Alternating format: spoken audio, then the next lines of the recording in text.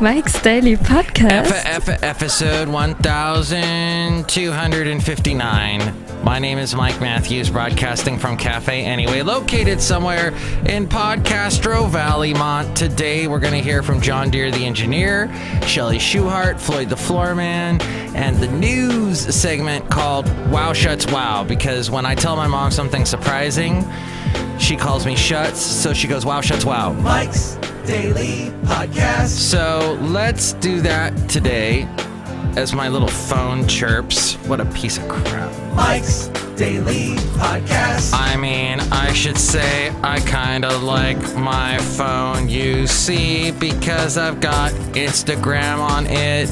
And to me, that means I have friends in this world because I get lots of likes for the pictures from pretty girls that don't know who I am, and they go, I like your podcast. Mike's Daily Podcast. I like your podcast picture, Mike.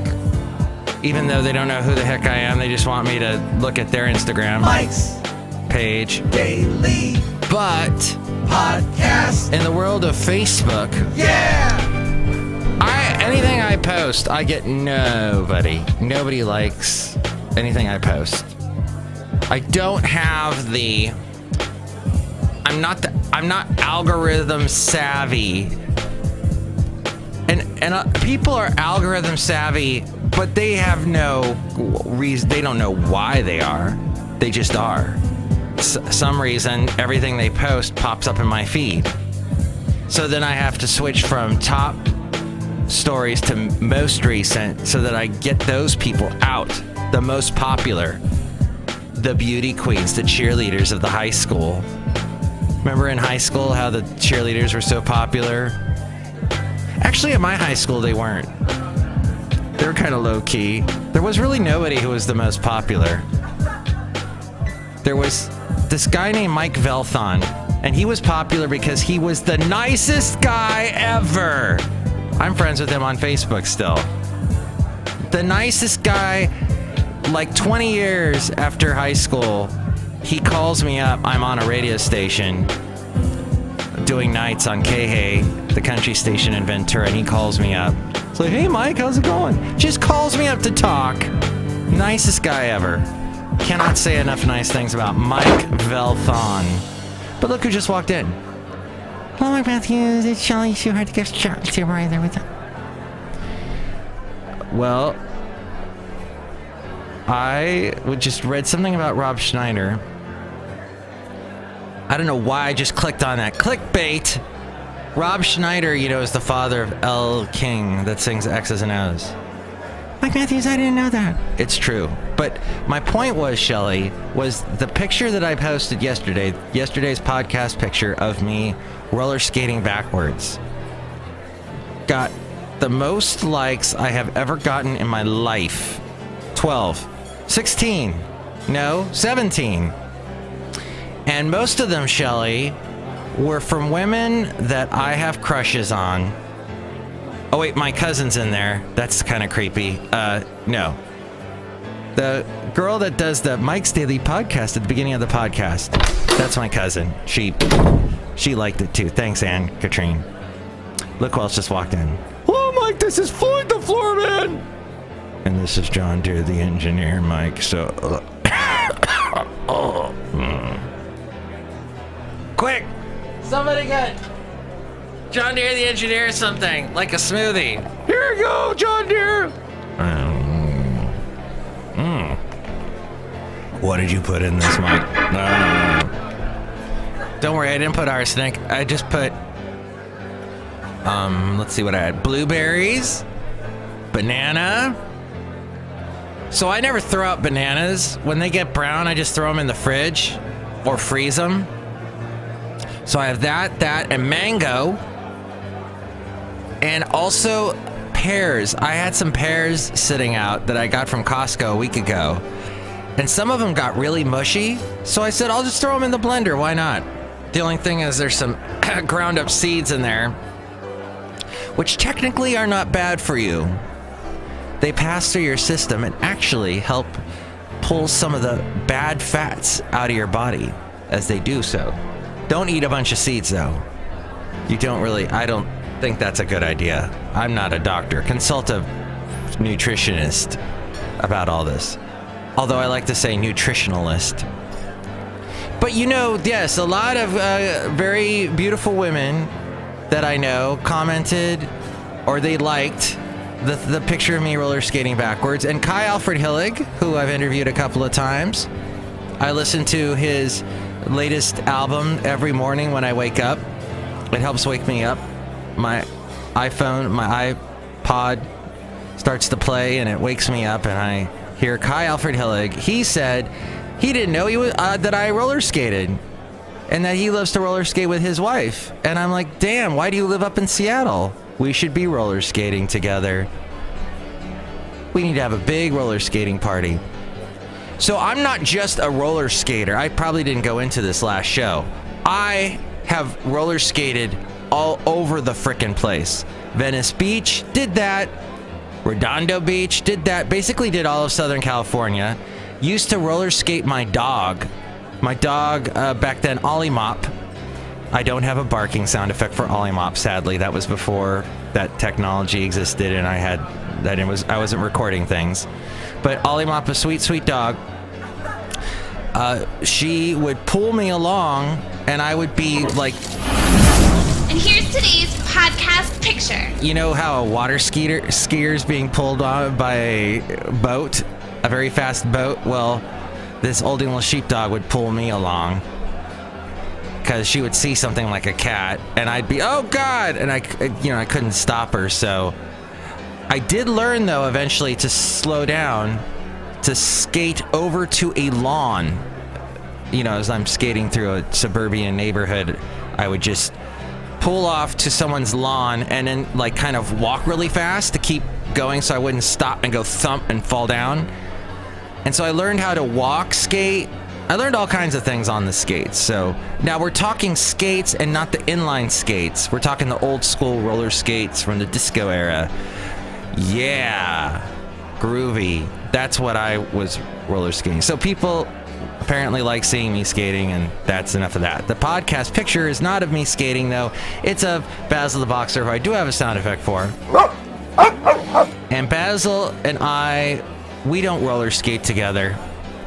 We do walk everywhere around the Bay Area, and this is a place I like to go to called Harbor Bay Isle. It's also known as Bay Farm Island, and that is right next to Alameda, right next to Oakland Airport on the bay. But they've got this huge housing area that is connected by lagoons.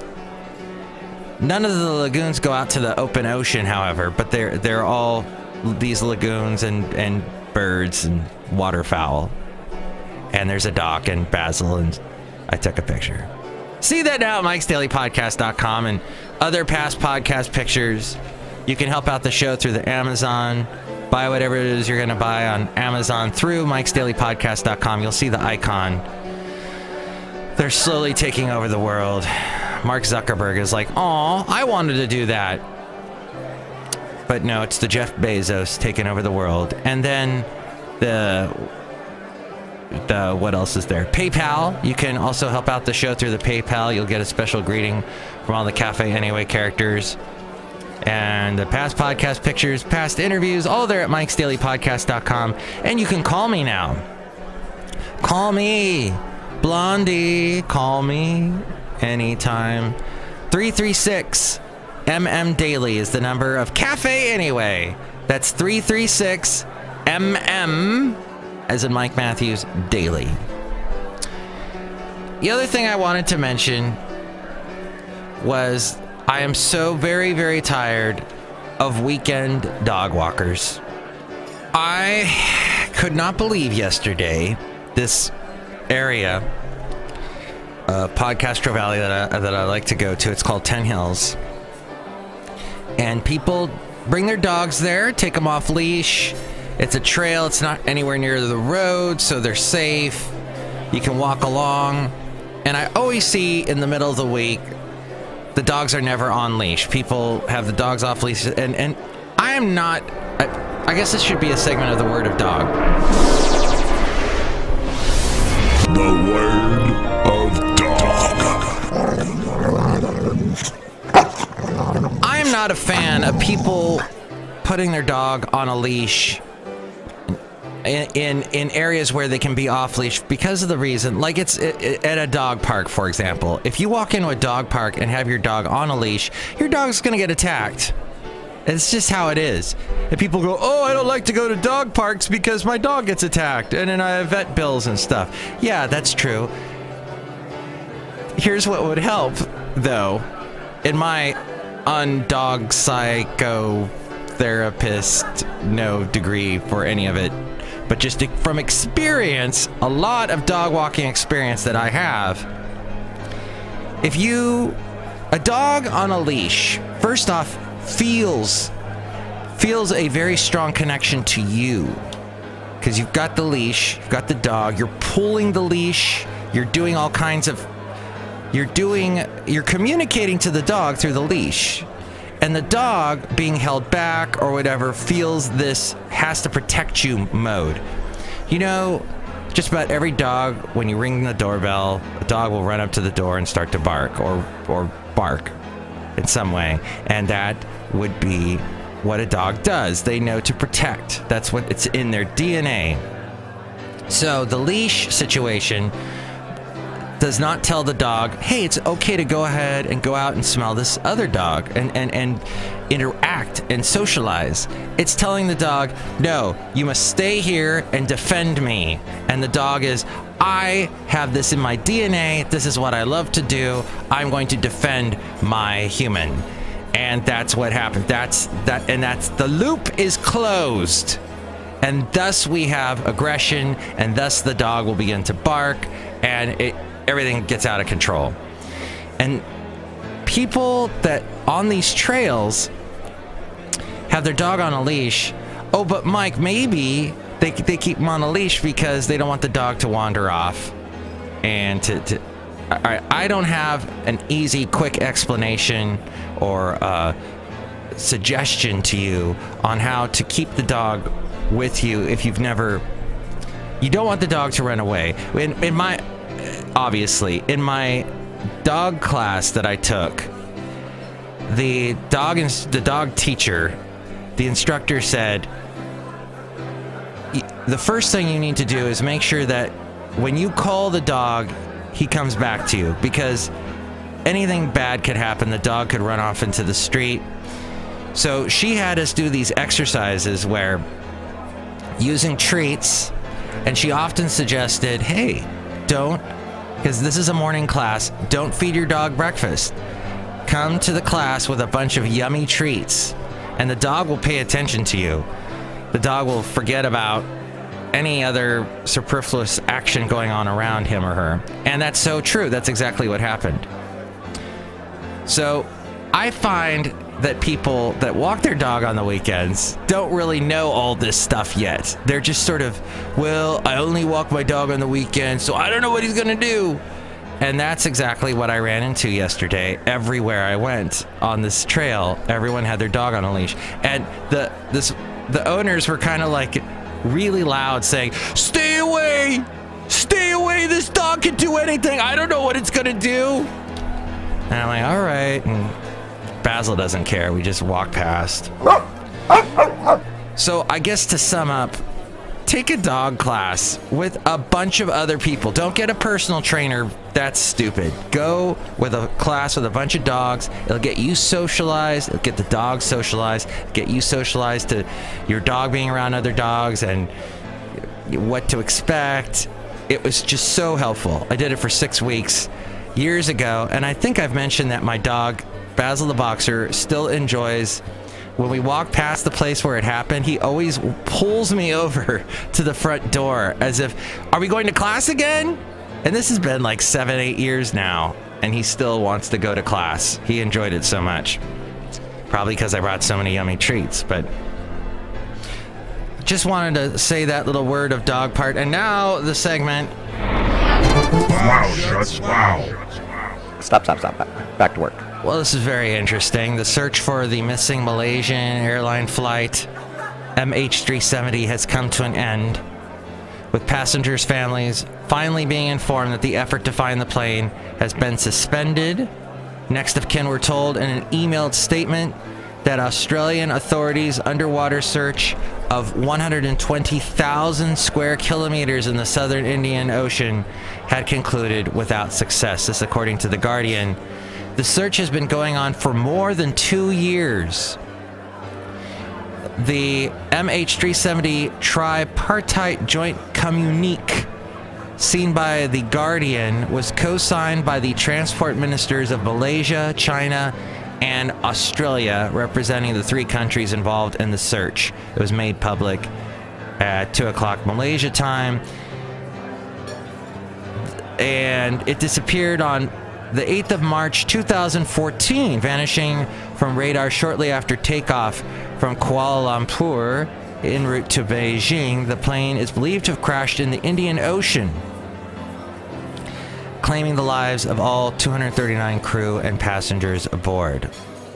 The announcement comes 6 weeks out from the 3rd anniversary of the plane's disappearance, with the underwater search effort led by the Australian Transport Safety Bureau in the so-called 7th arc since October 2014, concluding without success. In December, the ATSB, Australian Transport Safety Bureau, said they had a high degree of confidence that the wreck would not be found in the trench of Indian Ocean originally pinpointed, instead highlighting a new area of approximately 25,000 square kilometers as the area with the highest probability of containing the wreckage in the aircraft. But it has not been found. The other story is Trump. Yes, Trump. And he, in remarks published on Sunday, described NATO as obsolete. Yes, stuff from what he said during the campaign. Suggested a deal with Russia that would reduce nuclear arsenals and ease sanctions on Moscow.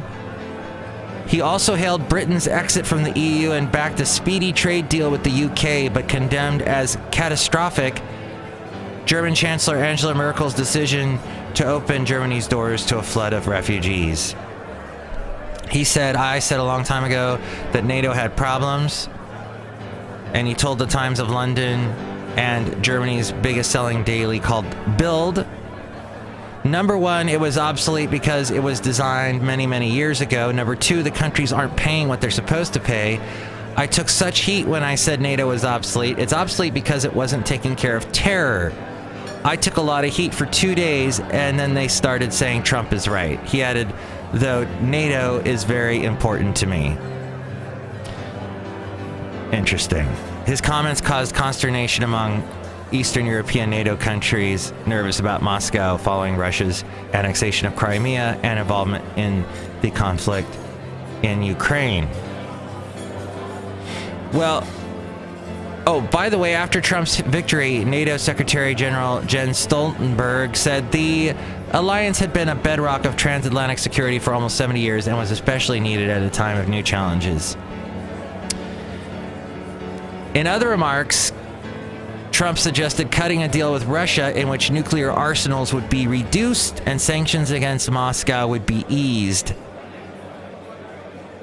They have sanctions on Russia. Let's see if we can make some good deals with Russia. I think nuclear weapons should be way down and reduced very substantially. That's part of it, he said. But Russia's hurting very badly now because of the sanctions, and I think something can happen that a lot of people are going to benefit. All right, well, and he also said Brexit is going to end up as a great thing. And he said he backed a trade deal with post-EU Britain, which would be good for both sides. We're going to work very hard to get it done quickly and done properly, he said. And that he will meet British Prime Minister Theresa May soon after his inauguration on January 20th. Yes, my friends, January 20th. That is not even 4 days away. It's 4 days away, but the inauguration will be done by 9 o'clock this time. By 9 o'clock Pacific time, where I am in Podcastro Valleymont, Trump will be president. Trump, it's happening. I don't think people who have grown up in the past 8 years, who have been growing up under an Obama presidency, realize the graveness of the situation, the gravity that this is actually happening, and they're up for a rude awakening. I cannot wait to see. I've been alive a long time. I've been through Republican administrations, Democrat administrations. I've seen it. I remember Reagan. I think Donald Trump, sadly, from the tea leaves that I read, I think he's going to be around for 2 terms. He feels like a Reagan to me, and I feel he might even spawn a George H.W. Bush. I don't know if Pence is going to become president next or one of Trump's kids. But this is what I see. He is so in tune with that hoi polloi out there, the rabble. And he... Standing out here yelling rabble isn't going to help anything. Well, apparently it did. And I want the millennials to wake up. Because I feel like I think they will catch it, though. I think they'll catch they're the future. The children are the future, as Whitney Houston said eons ago. That was my graduation song. That shows you how long and how old I am. And if I go roller skating and fall down, I'll die. And that is all that they will awaken, and either they're gonna like what Trump is doing and his whole way of changing everything that was working. Apparently, he says it's not. We'll see. As we go outside of Café Anyway, we bring you Mike's Daily Podcast somewhere in Podcastro Valley. That's as far as I've read the tea leaves. That's as far as my wisdom goes. But I want you to have a wonderful Tuesday and mentally prepare yourself for the next 4, 8, 12 years. Well, we'll see. Next show, it is going to be Benita, the Disgruntled Fiddle Player, and the Brewmaster. Oh! Speaking of the Disgruntled Fiddle Player, he's a big Toby Keith fan. Everyone's shocked about Toby Keith performing at the inauguration, and how could he be doing that? It's frickin' Toby Keith. The guy saying he'll put a boot in your butt, it's the American way. He got into a tiff with the Dixie Chicks years ago. This is his M.O. If anyone's going to play at the inauguration, of course it's Toby Keith. You're darn tootin'. Mike's Daily Podcast is written and produced and performed by Mike Matthews. His podcast is super easy to find. Download or listen to his show and read his blog at mikesdailypodcast.com. Email Mike now at mikesdailypodcast@gmail.com. See you tomorrow. Bye!